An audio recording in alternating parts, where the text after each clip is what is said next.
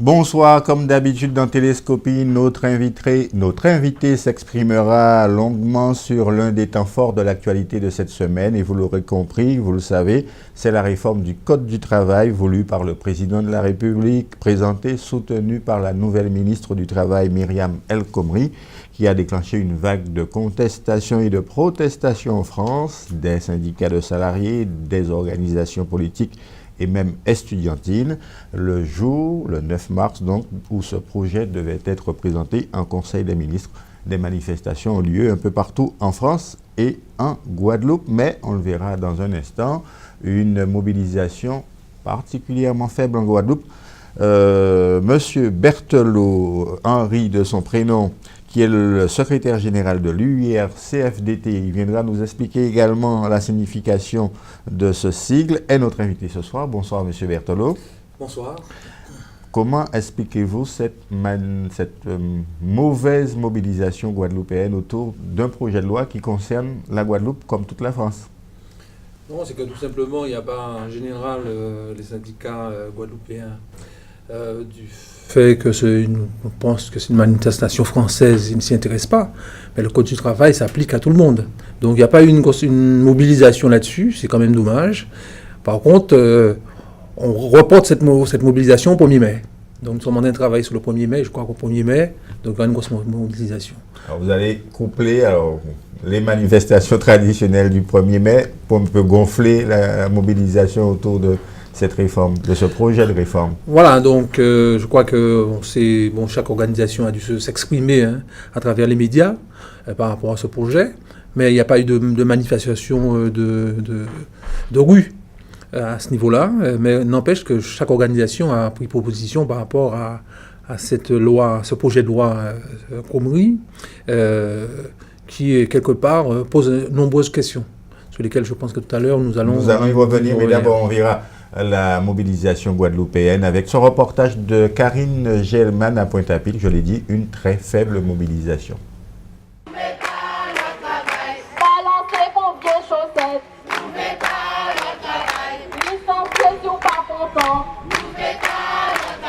Une trentaine de manifestants sur la place de la Victoire contre le projet de la loi sur le travail. C'est très important de commencer cette mobilisation parce que vraiment c'est une loi scélérate prise contre les travailleurs. Et donc pour nous, c'est un début. C'est vrai que c'est encore timide puisque il n'y a pas eu un appel vers les syndicats de façon générale. Mais il fallait quand même lancer le mouvement, répondre à l'appel des jeunes en France, de certains syndicats en France. Et c'est bien qu'on soit présent, très très important. Dans le même temps, cette loi propose de licencier des travailleurs sans justification réelle. Donc ça veut dire que c'est la liberté pour le grand patronat, la liberté pour les grands patrons de licencier quand ils veulent, sans forcément justifier. Et nous, on dit qu'on voit très bien en fait, que cette loi, c'est une loi en fait, des grands capitalistes, de ceux qui dirigent économiquement cette société, les Gattaz, les grands patrons de Sanofi, les grands patrons de Peugeot, de Renault, etc. C'est eux qui dictent au gouvernement ce qu'ils doivent faire. Allongement de la durée du travail, perte des acquis sociaux, régression sur l'encadrement des licenciements, les manifestants reprochent une loi régressive. Les patrons français ont demandé et veulent qu'ils aient une classe de travailleurs ayant un salaire, un niveau de vie plus bas. Ils veulent qu'on revienne à vivre avec des salaires qu'on touche dans, je ne sais pas dans quel pays, tel qu'en Turquie ou ailleurs. Ils estiment que les travailleurs français sont trop organisés dans les syndicats. Ils ont trop d'avantages, 40 heures et autre chose, 35 heures, congés payés et toutes sortes de choses.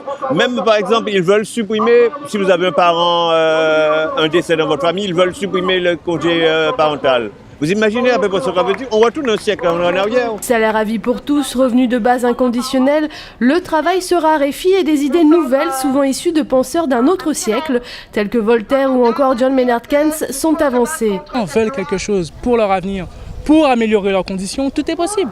Aujourd'hui, on a vu quand tout ce que les gens ils ont gagné, c'est à travers des luttes. Et aujourd'hui, on voit que la réponse en France et aujourd'hui ici, même si on est une petite minorité, mais on est une minorité déterminée, c'est qu'il faut se battre en fait dans la vie pour avoir ce qu'on veut. Moi, j'ai un espoir de changement, mais le truc, c'est qu'il faut que les gens prennent conscience que le changement ne se fera pas en douceur. Il y a une révolution, quelque chose qu'il faut faire, structurer. Je pense que... Alors, ça ne se décrète pas. Hein. Les gens ont désirent changer ou pas changer. Là-dessus, il y en a qui hurlent, qui crient comme ça. Faut changer, faut changer, faut changer. Mais tant que les gens ne sont pas affectés par ce désir de changement, il n'arrivera pas. La prochaine rencontre est prévue jeudi 10 mars à l'université, l'occasion d'expliquer les grandes lignes de la loi proposée par le gouvernement. Alors, vous disiez d'ailleurs que vous allez manifester contre ce projet de loi le 1er mai. Il y a une manifestation nationale qui est prévue, je crois, le 31 de ce mois. Comment analysez-vous ce projet de réforme du Code du travail? J'allais dire politiquement, comme on l'a beaucoup entendu des organisations politiques et syndicales, pourquoi est-ce un gouvernement de gauche qui propose un tel projet, et ce projet étant soutenu par le patronat, par définition, il est contestable par les syndicats, ou alors vous l'avez analysé point par point? Nous l'avons, nous, à la CFDT, donc on l'a analysé point par point. Faut savoir qu'au moment de l'élection de François Hollande, le président de la République, il avait fait une promesse à la nation, c'est de changer la courbe du chômage. Et il a appuyé toute sa politique sur ça. Il a essayé par tous les moyens peut-être les moyens économiques, de relancer la croissance. Il n'y arrive pas. Il a relancé l'activité, il n'y arrive pas. Donc, sa dernière cartouche, on peut dire aujourd'hui, c'est un petit peu d'essayer à la marge de donner un certain nombre d'avantages à ceux qui emploient, donc ce sont le patronat, pour voir s'il se rapproche de sa politique, s'il l'aide dans sa politique. Voilà, c'est donnant. S'il atteint les résultats qu'il a promis d'atteindre. Donc, voilà, parce qu'il a dit, moi je serai candidat si seulement j'arrive à infléchir la courbe du chômage. Aujourd'hui, on constate que la courbe du chômage n'a pas infléchi du tout. Au contraire, qu'il y a davantage de chômage. Et que là, sa seule cartouche aujourd'hui, c'est de dire aidez-moi. Alors aidez-moi en faisant quoi? C'est tout simplement en donnant toutes les faveurs possibles. Il y a quand même 41 milliards qui ont été donnés au patronat pour embaucher, qui n'embauchent pas. Il y a le CICE, le pacte de responsabilité. Le pacte de responsabilité, il y a le CICE également, qui a été donné. Il n'y a toujours pas de résultat. Donc on va jusqu'au bout, c'est-à-dire on répond à la volonté du patronat aujourd'hui, c'est de découdre complètement le Code du travail, qui est la seule vraiment Bible du travail qui existe en métropole et en France, et qui gêne quelque part le patronat pour qu'il fasse ce qu'il veut. Alors, vous n'êtes pas du tout... Parce qu'il y a beaucoup de voix qui disent que le Code du travail, c'est très lourd, c'est plus combien de pages, et que ça mérite d'être toiletté, d'être réformé. Il y a eu le rapport Badinter là-dessus. Vous n'êtes pas dans cette vision-là? Non, on n'est pas du tout dans son schéma. Parce que il y a énormément de codes en France. Et si vous n'êtes pas un spécialiste d'un code, vous ne comprendrez rien du code. Donc si vous n'êtes pas un spécialiste du code du travail, vous n'allez pas comprendre le code du travail. Si vous n'êtes pas un spécialiste du code pénal, vous n'allez pas comprendre le code pénal. Si vous n'êtes pas un avocat, vous n'allez pas le suivre. Donc, le code du travail, pour moi, il est lisible. Il est illisible pour ceux qui sont illisibles. Mais en plus, ce qui est quand même formidable, c'est que les personnes, même la ministre, Madame El Khomri, donc, qui veut changer le code du travail, ne connaît pas ce qu'il y a dans le code du travail. Bon, alors oui, ça a fait du buzz. Ça a fait du buzz, mais bon, le ministre n'est pas censé être forcément un spécialiste de ce... Oui. Donc, ce ne sera pas la première fois, ça. Oui, hein. Mais quand quelqu'un dit qu'il est lisible, c'est au moins on l'a lu. Elle ne l'a même pas lu et veut modifier le code du travail qu'elle n'a même pas lu. On fait une question simple. Tout simplement, combien de fois on va renouveler un CDD qu'elle est incapable de répondre et dit que c'est compliqué. On ne l'avait même pas lu. Ça prouve que tout simplement, c'est quelqu'un à qui on a donné une mission. Elle a tout simplement une mission, tout simplement, de répondre à la volonté du président, la volonté du patronat, de changer le code du travail. Et voilà, et pense que ça, ainsi, ils vont infléchir leur courbe du chômage.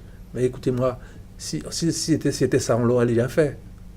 Ça m'étonnerait qu'aujourd'hui, sans croissance, parce que Bernard Tapie l'avait dit, c'est pas parce que je ne paye pas de charge, parce que je vous donner gracieusement un salarié que je vais l'embaucher. Je vais l'embaucher parce que j'ai de l'activité, parce que j'ai des bonnes commandes, et c'est ça qu'aujourd'hui n'arrive pas à faire le gouvernement. On va voir les détails de ce projet de loi, comme l'a répété aujourd'hui le président de la République. Il y a des manifestations, mais il n'a pas encore été présenté, et encore moins devant le Parlement, mais bon. Alors, qu'est-ce qui vous choque dans le fait, par exemple, que l'on privilégie désormais les accords d'entreprise par rapport aux accords de branche. On a l'impression que là, c'est le pouvoir syndical qui se sent menacé. Écoutez, les accords d'entreprise, ça veut dire qu'il y a une organisation dans les entreprises. Moi, en tant que Guadeloupéen, je viens à ma fenêtre guadeloupéenne.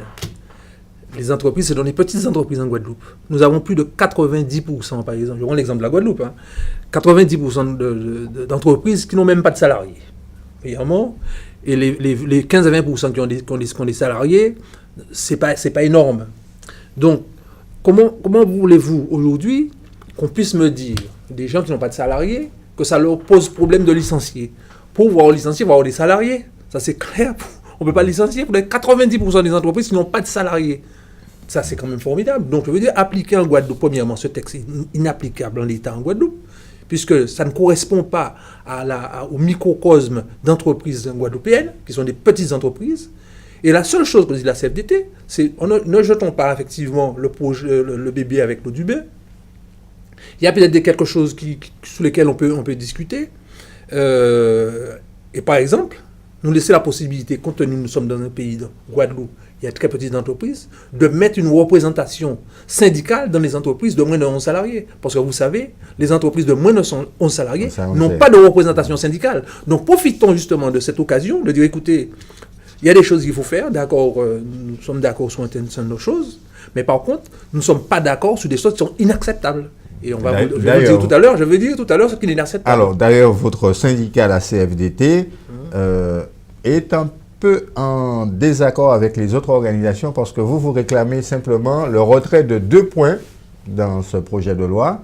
C'est le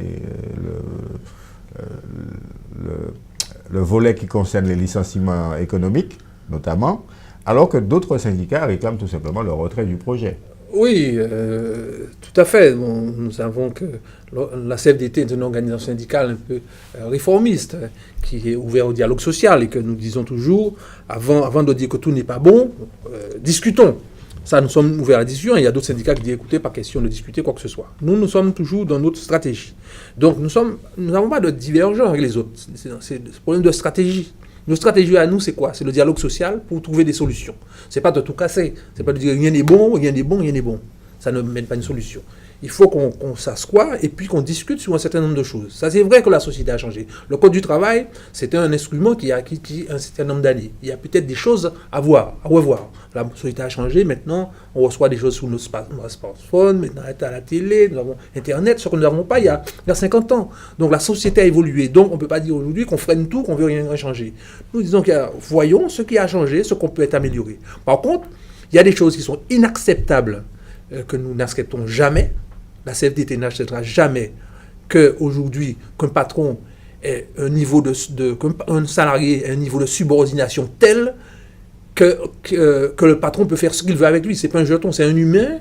Il y a des familles, il y a des enfants. Où est-ce que vous voyez cet aspect-là dans le projet de loi? L'aspect aujourd'hui, dans le projet de loi, c'est d'aujourd'hui, le patron peut vous faire travailler jusqu'à 12 heures par jour, aujourd'hui, c'est dans le projet de loi. Le patron peut vous licencier s'il y a un problème passager. Ça, c'est le volet licenciement pour raison économique. Alors, on dit si votre bon de commande fléchit, voilà. Voilà, vous pouvez licencier. Vous avez dit, sur un bon de commande, sur un mois, vous n'avez pas de bon de commande, vous pouvez licencier 2 ou 3 salariés. C'est quand même inadmissible. Et deuxièmement, encore pire, c'est que les sociétés multinationales qui auront un problème dans un pays, alors qu'ils ont en consolidé, leur comptabilité consolidée, ils font des bénéfices globalement sur l'ensemble des territoires, vont autoriser dans un pays à licencier. Donc, c'est du dumping social, donc on ne peut pas aller vers ce dumping social qui est inacceptable. Si une société est multinationale, c'est qu'elle fait des intérêts dans l'ensemble du monde. Donc ces intérêts doivent supporter la faiblesse d'une partie de l'entreprise. Alors ce que vous êtes en train d'expliquer, c'est que vous avez des sociétés multinationales qui sont présentes en Europe, aux États-Unis, en Asie par exemple, et parfois, là où ça ne marche pas, en France par exemple, on a vu pour la sidérurgie, par exemple, pour donner un exemple, mais là, on peut licencier, on peut faire des plans sociaux. Et ça, vous êtes contre? Non, puisqu'on peut organiser aussi le déficit d'une organisation, d'une entreprise dans tel ou tel pays. Ça s'organise. On a vu, ça devient très bien pour l'acier, comme on a désorganisé l'acier en France, au profit d'autres pays où les salaires sont moins élevés. Donc, c'est une organisation qu'on vous désorganise. C'est pas parce que vous n'avez pas les moyens de fonctionner, mais on vous désorganise et on fait des déficits pour dire que maintenant, vous ne valez plus rien. Donc, nous n'allons pas rentrer du tout dans cette politique libérale à tout vent, qui veut dire que maintenant que les hommes sont des jetons, quand on en a besoin, on les prend, quand on n'en a pas besoin, on les rejette. J'estime que ce n'est pas une politique humaine, sociale, aujourd'hui, et justement, je déplore justement qu'un gouvernement socialiste ait une telle politique en faveur du patronat qui donne la porte ouverte à n'importe quoi. Ça, nous, la CFDT le dénonce. Est-ce que vous êtes aussi opposé à l'assouplissement du temps de travail malgré le plafonnement des indemnités prud'homales? Ça, vous êtes contre ces deux dispositions-là? Écoutez, c'est scandaleux. C'est scandaleux. Là, c'est-à-dire tout simplement que vous mettez le juge dans une situation impossible. Vous lui dites a priori, même qu'il décide, voilà le montant plafond qui sera autorisé à donner, même en cas de licenciement économique injustifié. Ça veut dire que la liberté du juge même est menacée. Vous savez que cette mesure a été introduite parce que bien souvent, il y avait des condamnations à des sommes et que les entreprises étaient incapables, au final, de les payer aux salariés. Attendez, mais vous êtes responsable. Qui est responsable? Le responsable, c'est l'entreprise. Vous devez savoir, soit vous avez de l'aide juridique qui vous permet de savoir en tel licenciement, vous licenciez les gens n'importe comment et vous dites tout simplement qu'on paie trop. Il faut d'abord étudier le licenciement, savoir si vous avez les reins solides pour savoir si vous licenciez quelqu'un. Mais aussi, on parle de licenciement abusif. Il est abusif, on parle de licenciement normal. Une société, de toute manière, qui a des problèmes, peut toujours licencier. Rien n'interdit, la loi n'interdit pas de licencier. Dans les entreprises en ayant des difficultés, pouvez. Mais il y a des licenciements abusifs qui sont inacceptables dans l'entreprise. Donc c'est tout à fait normal que l'entreprise paye le prix. Là, on est vraiment contre ce projet de plafonnement des indemnités au niveau du prud'homme. Premièrement, il y a la liberté, il y a la séparation des pouvoirs. Et je ne comprends pas aujourd'hui qu'on joue dans la séparation du pouvoir. La justice doit être libre de prendre ses positions.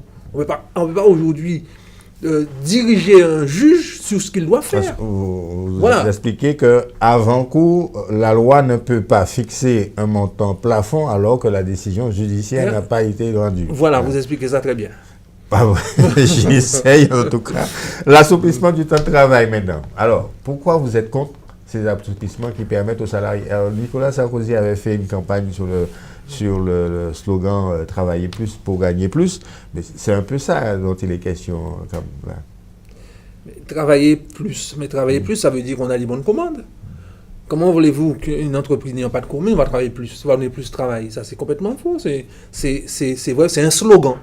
C'est un slogan qui n'a jamais marché, de toute manière, ça n'a pas marché. Il a essayé de mettre des moyens, ça n'a pas marché, puisque les entreprises n'ayant pas les moyens de production, n'ayant pas les moyens de vendre ailleurs, parce qu'actuellement nous sommes bombardés par tous les produits qui viennent en dehors de l'Europe.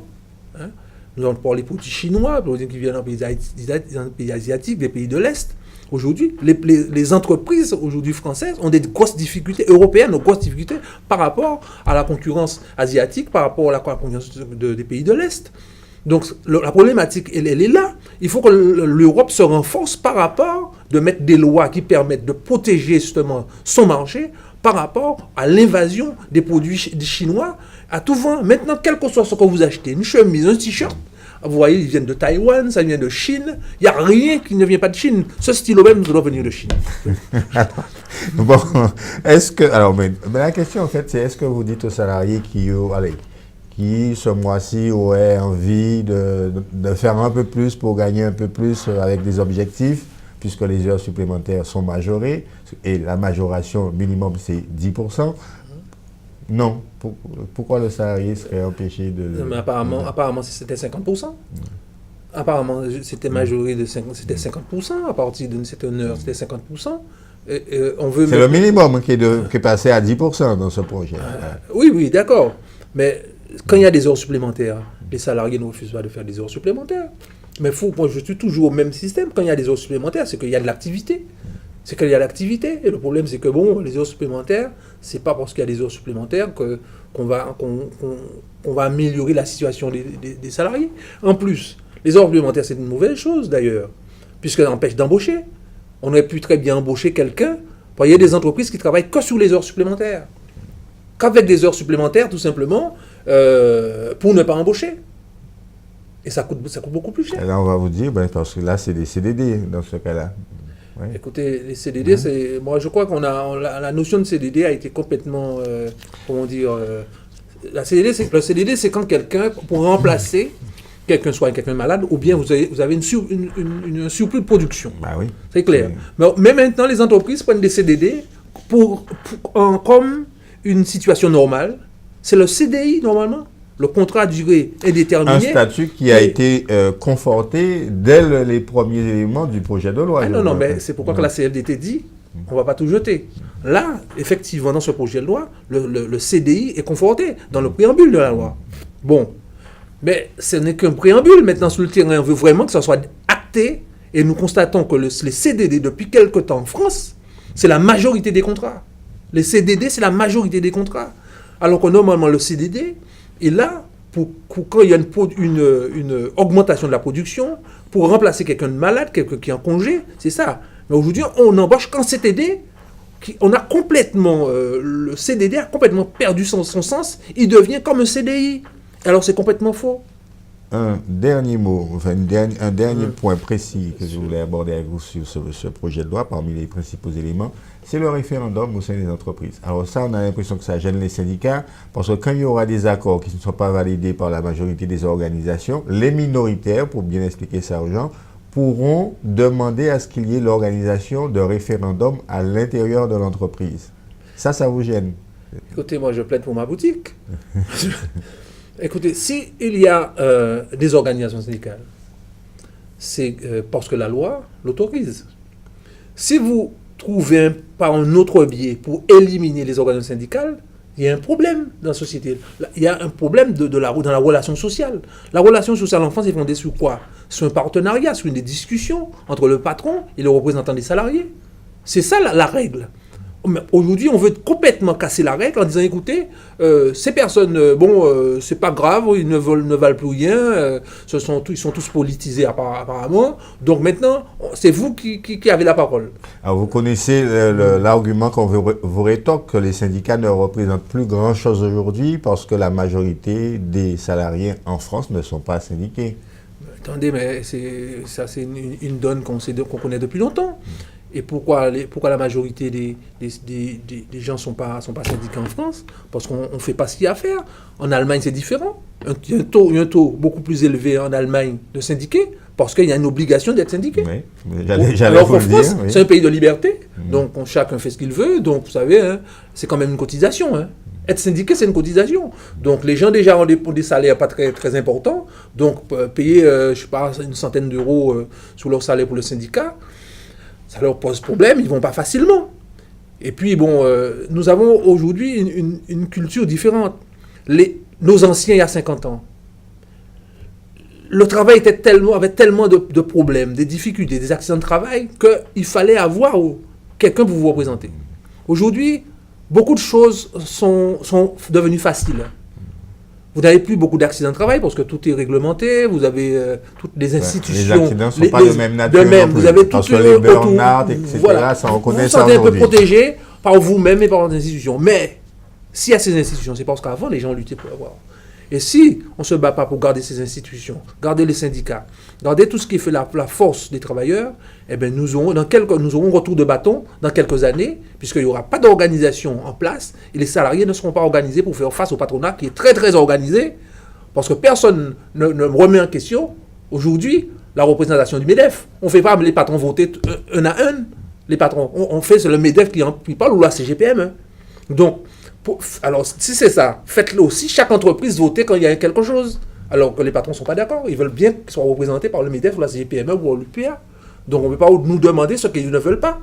Donc, attendez, nous sommes pour le parallélisme des choses. Alors, globalement, pour clore le chapitre sur ce projet de loi El Khomri, comme on l'a appelé, mais qui est le projet de loi de réforme du Code du travail, je l'ai dit en début, la CFDT, elle voudrait simplement le retrait de 2 points. vous les avez évoqués jusqu'ici. Est-ce que, à votre avis, si le gouvernement persiste, on va s'acheminer vers d'autres manifestations de plus grande ampleur en France d'une manière générale et en Guadeloupe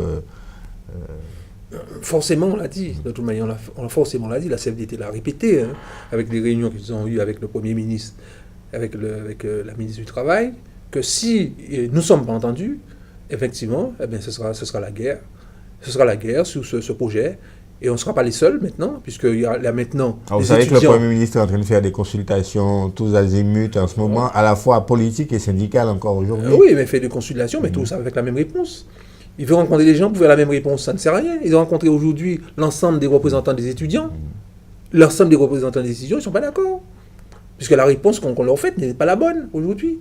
Puisque c'est l'avenir de demain des étudiants qu'ils sont en train de tracer. C'est l'avenir, c'est le mode d'organisation dans l'entreprise où les étudiants vont travailler. Donc si on commence aujourd'hui par raboter l'ensemble des acquis, eh bien, quand ils vont arriver dans l'entreprise, il n'y aura plus rien, ce sera tout simplement, vous serez réduit un petit peu, entre guillemets, à l'esclavage. D'une certaine manière, vous êtes un peu sur le même plan que tous les autres syndicats. Au final, c'est le rejet le retrait de ce projet. Non, on dit par la CFDT, pas le retrait, nous disons qu'il faut le retravailler. Il faut le retravailler, prendre le temps. Et nous avons la CFDT déjà gagné quand même une première victoire, parce que normalement, le projet était prévu en Conseil des ministres le 9, donc il est reporté au 24. Donc c'est quand même, ils ont reculé par rapport à notre insistance sur ce projet-là. On passe à l'actualité en Guadeloupe. Premier fait d'actualité, c'est cette nouvelle réunion entre les responsables politiques guadeloupéens, le conseil régional, le conseil départemental et toutes les communautés de communes et d'agglomérations se sont réunies ce midi, au Rézé pour évoquer l'épineuse question de la gestion de l'eau en Guadeloupe et du fameux syndicat unique qui, pour l'instant, ne voit pas le jour. Le reportage de Jacques Damprobe.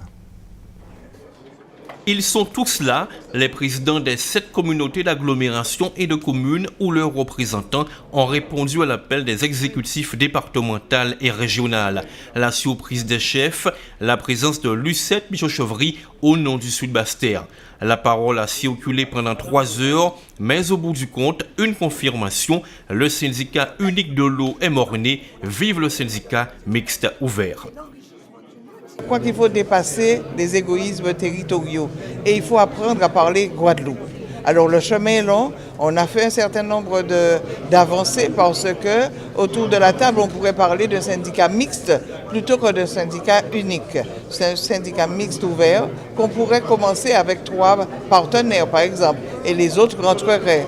Au-delà de cette urgence-là, il y a des hommes et des femmes qui attendent de nous que nous puissions régler leurs problèmes pour prendre en compte leur situation, leur carrière, c'est-à-dire les employés de la Générale des Eaux qui doivent être, il y en a qui sont transférés, d'autres qui attendent. Le département et la région vont continuer à jouer les bons offices, l'un comme l'autre sont prêts à mettre la main au pot pour réparer ou remplacer les réseaux d'adduction d'eau vétustes.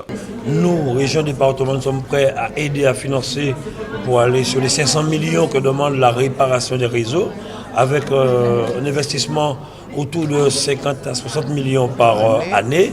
Donc nous voulons relancer la commande, permettre aux entreprises de travailler sur le département.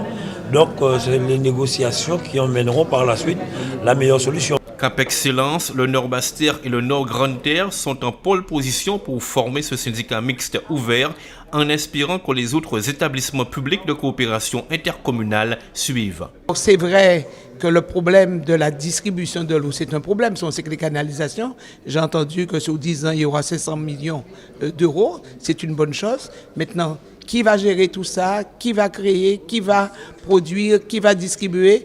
Je ne sais pas. Mais je suis, moi, pour un syndicat unique et pour un prix unique de l'eau. Sur le territoire dont je suis la présidente, nous avons 3 prix de l'eau. Que chacun puisse progresser de son côté, que nous passions de 7 structures concernées à peut-être 2 ou 3 en intégrant Marie-Galante. Ce sera toujours un progrès vers la mutualisation des moyens, vers les synergies nécessaires pour mieux appréhender ces dossiers et mieux les traiter, notamment le renouvellement des réseaux vétus, les extensions de nouveaux réseaux et surtout bénéficier des aides de la région, du département et de l'État État qui subordonne ses aides à une gouvernance renforcée. La porte n'est pas fermée, mais le chemin est encore long pour accorder les points de vue des élus. Le projet de l'État, qui œuvrait pour la création d'un syndicat unique, semble tomber à l'eau. Est-ce que vous comprenez ce point d'achoppement? Est-ce que ce n'est pas là l'illustration parfaite de ce qu'est la difficulté de gérer finalement en Guadeloupe? Non, je crois qu'il y a beaucoup, disons, d'égoïsme politique dans ces affaires. Et cette situation est due, si on réfléchit bien, à nos propres politiques. Puis vous savez que l'argent de l'eau devait réparer l'eau, réparer les infrastructures de l'eau. Puisque quand vous payez l'eau, moi je paye l'eau, je paye également les réparations des infrastructures. On ne peut pas comprendre que nos politiques ont donné à des fermiers à s'occuper de ça et n'ont vérifié pas que ces fermiers réparaient. Donc, c'est une situation qui est due à eux-mêmes. Donc aujourd'hui, moi, je me suis... Ça, on va vous dire que... Bon, ça, c'est le passif. Oui, c'est le passif, oui, mais il faut quand même pas... Pas forcément le passif, mais c'est le passif, en tout cas. Oui, c'est le passif, mais je rappelle le passif quand même, pour savoir qu'il y a une responsabilité. Maintenant, moi, j'ai combattu en 2009 pour qu'il y ait un syndicat unique de l'eau. Je suis tout à fait d'accord parce qu'il y aura une autorité qui va permettre de gérer les choses d'une manière claire et transparente. C'est ça qui est important pour nous, clair et transparent. Mais le problème de la Guadeloupe, ce n'est pas un manque d'eau. Le problème de la Guadeloupe, ce n'est pas non plus la distribution de l'eau. Le problème de la Guadeloupe, c'est la perte d'eau que nous avons. 50% de la matière première, qui est l'eau, disparaît en chemin. Donc ça veut dire la problématique aujourd'hui, c'est le réseau qu'il faut remettre en place. Donc pour que ce réseau puisse être mis en place d'une manière coordonnée comme il faut bien une structure unique qui puisse décider, que ce soit avec les politiques ou avec d'autres associations, qui puisse décider, voilà, les projets, comment on les fait, et puis que l'argent rentre dans un pot commun, et pour pouvoir organiser cette affaire-là. On ne peut pas rester à perdre pendant des années autant d'eau. Vous avez suivi, c'est un sujet que vous connaissez manifestement, l'objection par exemple de Mme Michochery, c'est que ce syndicat serait lié pieds et mains au fameux fermier que vous venez d'évoquer, la Générale des Eaux, pour ne pas la citer. Ça, c'est un premier point. Et puis, la structure partirait d'ores et déjà avec le déficit de la structure existante. C'est ça les deux principaux points d'achoppement. Non, mais attendez, mais on ne va pas rester sous les points d'achoppement. C'est sûr qu'il y a des déficits, il faut combler les déficits.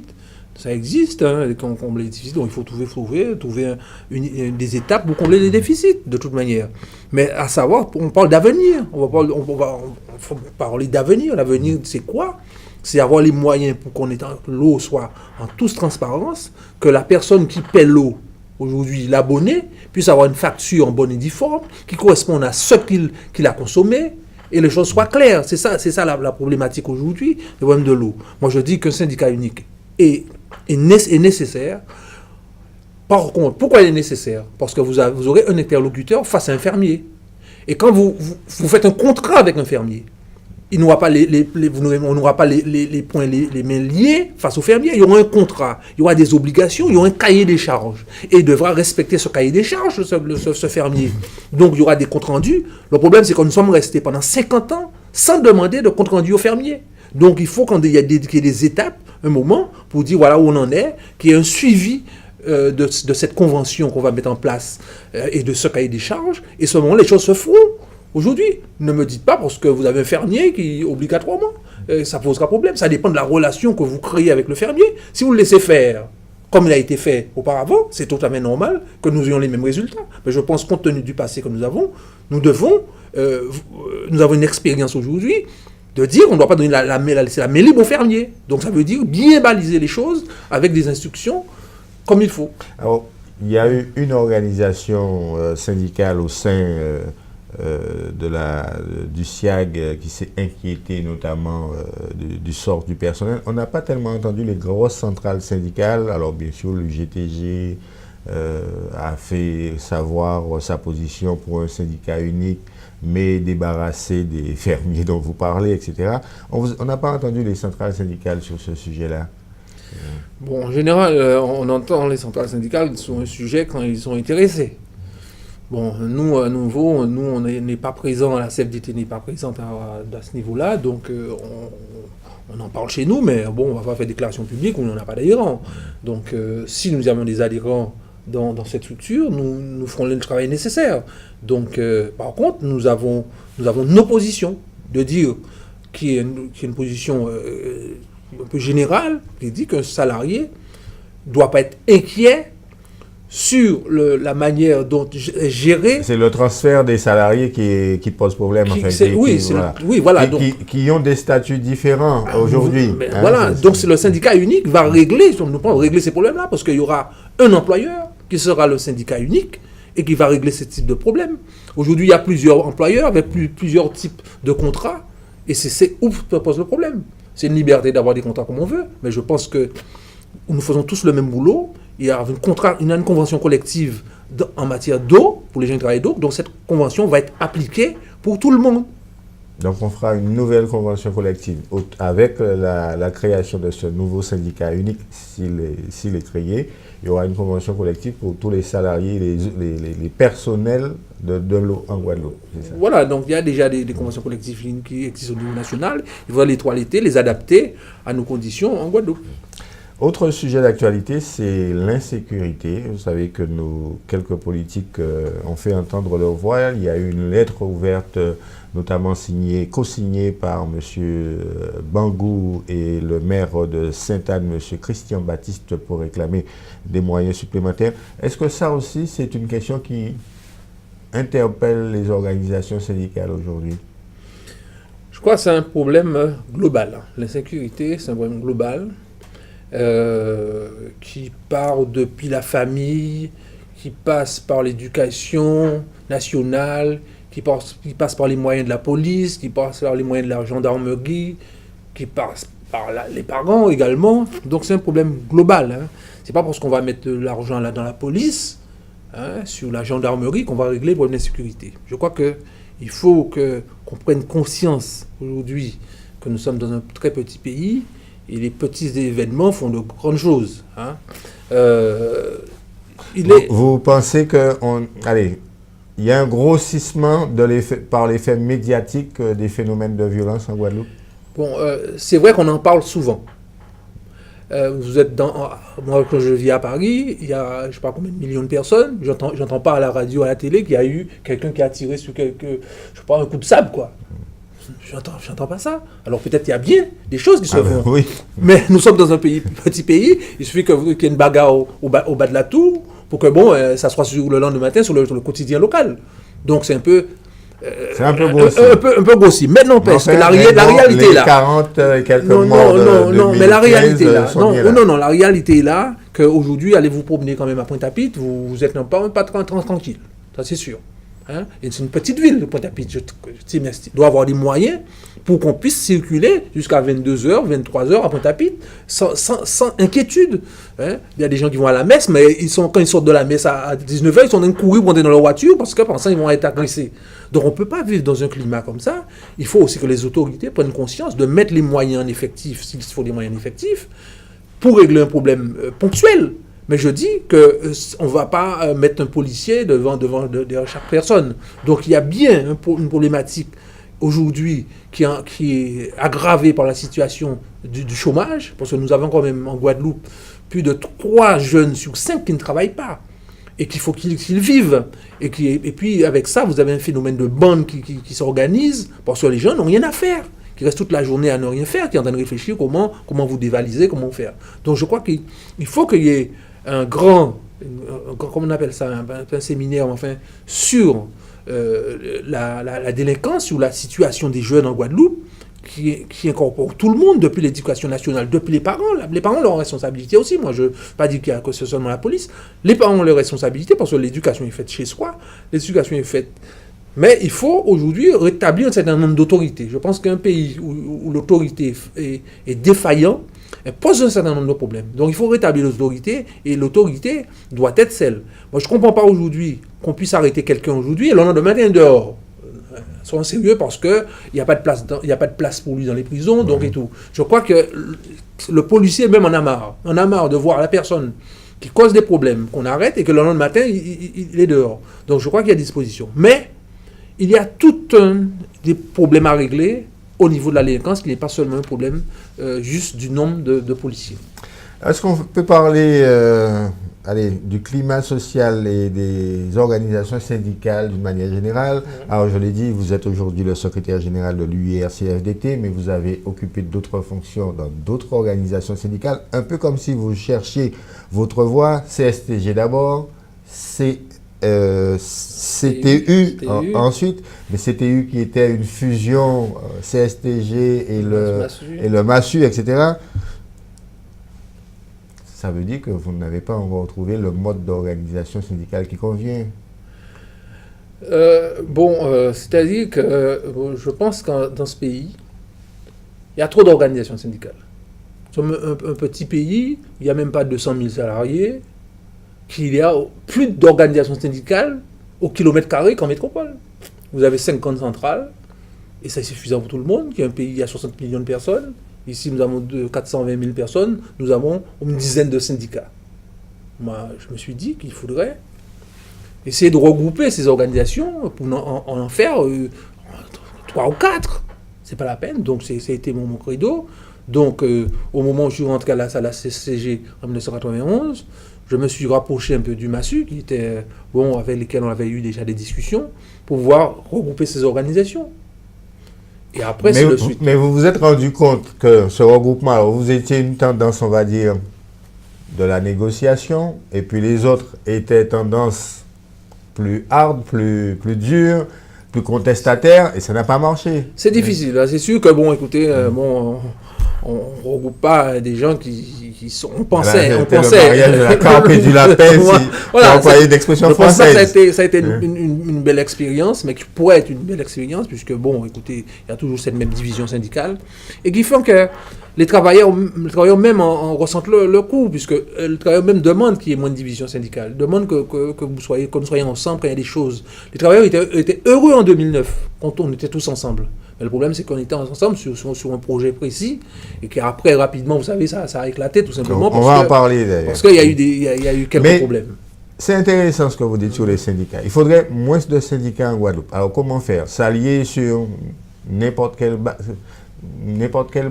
Non, ou... pas n'importe quelle. Alors, ce serait les réformistes d'un côté, les indépendantistes de l'autre.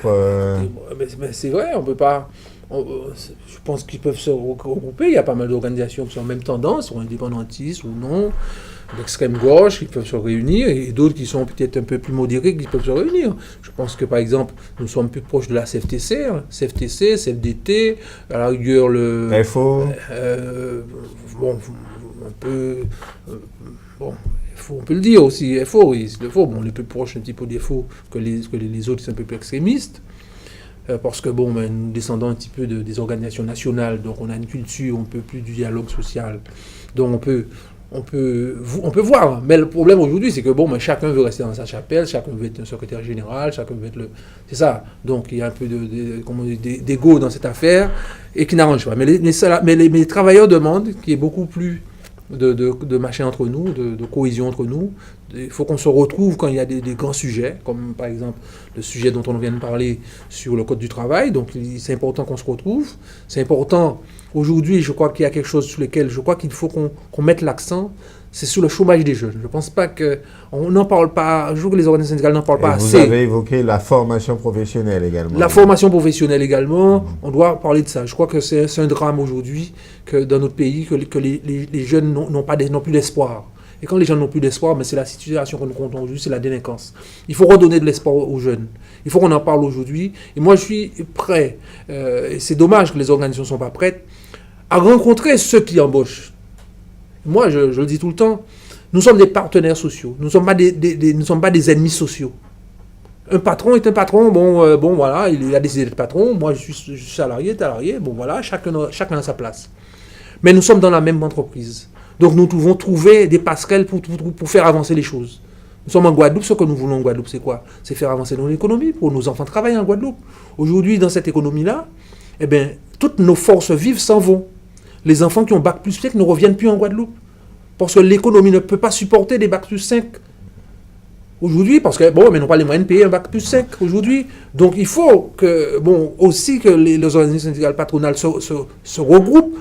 Trop de petites entreprises qui n'ont qu'un avenir, qui ont un tas de problèmes à la sécurité sociale, ne peuvent pas payer leurs charges. Je pense qu'il y a un tas d'entreprises qui peuvent se regrouper et de faire, face à des marchés publics, être beaucoup plus costauds. Puisque quand vous faites un marché public, il faut quand même avoir les reins solides sur les marchés publics. Alors, pour revenir au syndicat, Oui.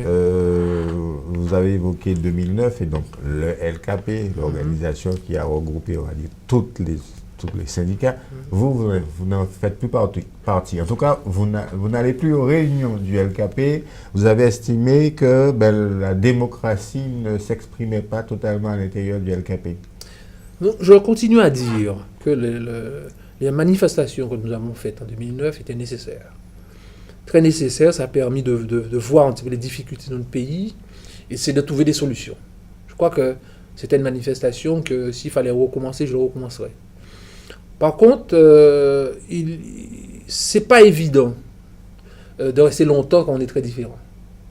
On peut faire des choses ensemble un moment, mais on ne peut pas rester toute sa vie ensemble. C'est impossible. C'est comme si vous épousez quelqu'un qui a des idées complètement différentes avec vous. Ça ne tiendra pas. C'est sûr, ça, c'est l'humain qui est comme ça. Aucune organisation différente ne peut rester longtemps ensemble, sauf si vous allez voir qu'il y a une autorité qui va se dégager. Ça veut dire qu'il y a une organisation qui va s'imposer aux autres. Et c'est voilà. ce qui se fait. Qui va s'imposer aux autres. Vous voulez dire en fait que c'est l'UGTG aujourd'hui qui dirige le LKP. Non, peut-être pas l'UGTG, mais il y a d'autres types de personnes avec une forte personnalité qui essaient de placer leur pion et tout. Donc, il faut qu'on se rencontre quand il faut. Sur les grands projets, certaines choses. Il faut se rencontrer, on met la force sur les grands projets. Mais on ne peut pas avoir un mariage qui tienne longtemps. Ça, c'est pas possible. On est trop différents. Il y a plusieurs secrétaires généraux. Nous avons nos organisations. Nous avons notre culture syndicale qui n'est pas la même. On ne peut pas rester dans un groupe 10 ans. C'est pas possible. Donc, je vous dis, en fait, les gens non qui seulement, restent. alors, ce que vous êtes en train de dire, non seulement vous, en tant qu'organisation syndicale, UIR, CFDT, vous ne pouvez plus rester dans le LKP, mais pour vous, ce qu'on appelle aujourd'hui LKP, en réalité, n'existe plus. C'est ça. Mais le LKP historique n'existe plus. Le LKP qu'on avait créé en 2009, on a fondé en 2008, n'existe plus. Donc ces autres organisations qui ont voulu rester, d'autres types d'organisations qui se ressemblent un petit peu politiquement, qui sont restées, mais ça ne représente plus le LKP. Donc il a un nom, LKP, donc je ne peux pas vous en parler. Et on a pourtant encore des gens qui s'expriment en tant que porte-parole du LKP. Forcément, parce qu'il existe, mais ce n'est pas l'existence, ce n'est pas le LKP que nous avons réuni en 2009. Donc je respecte ceux qui sont là, qui parlent au nom du LKP, voilà, mais ce n'est pas le LKP de 2009. Je pense qu'il sera honnête de dire que ce n'est pas le LKP aussi, de dire que ce n'est pas le LKP de 2009.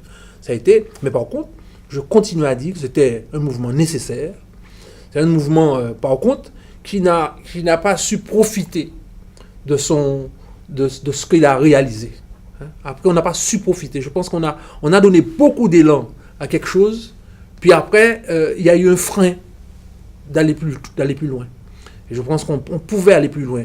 On avait constitué une force qui nous mettait face à les politiques, face aux autorités, et avec qui on parlait alors qu'on on se parlait plus. Alors là, on était, bien que c'est par la force, mais n'empêche, cette autorité-là, on l'avait. Donc il faut à nouveau, pour que le monde syndical puisse à nouveau avoir cette aura, qu'il y ait de temps en temps des rassemblements comme ça, peut-être pas à 40 jours de grève, mais par exemple, sur la problématique des jeunes, aujourd'hui, sur le chômage des jeunes, sur le travail des jeunes, sur la formation professionnelle, je pense que nous devons faire des choses. Vous voulez vous appeler à un rassemblement type LKP sur des problématiques précises, ça peut être sur l'eau, problématique des jeunes, etc. La propriété foncière. Également. Je prends un terme du LKP, non pas historique, mais actuel. Voilà. Merci Henri Berthelot. Je rappelle que vous êtes le secrétaire général de l'UIR, l'Union interprofessionnelle régionale CFDT. Et je rappelle également que la CFDT est la deuxième organisation syndicale de France. Merci d'avoir accepté notre invitation et d'avoir répondu à nos questions. Nous sommes vendredi, dans un instant. Vendredi, tout est permis. Je vous retrouve quant à moi demain 12h30 pour notre premier rendez-vous de samedi avec l'actualité régionale. Excellente soirée.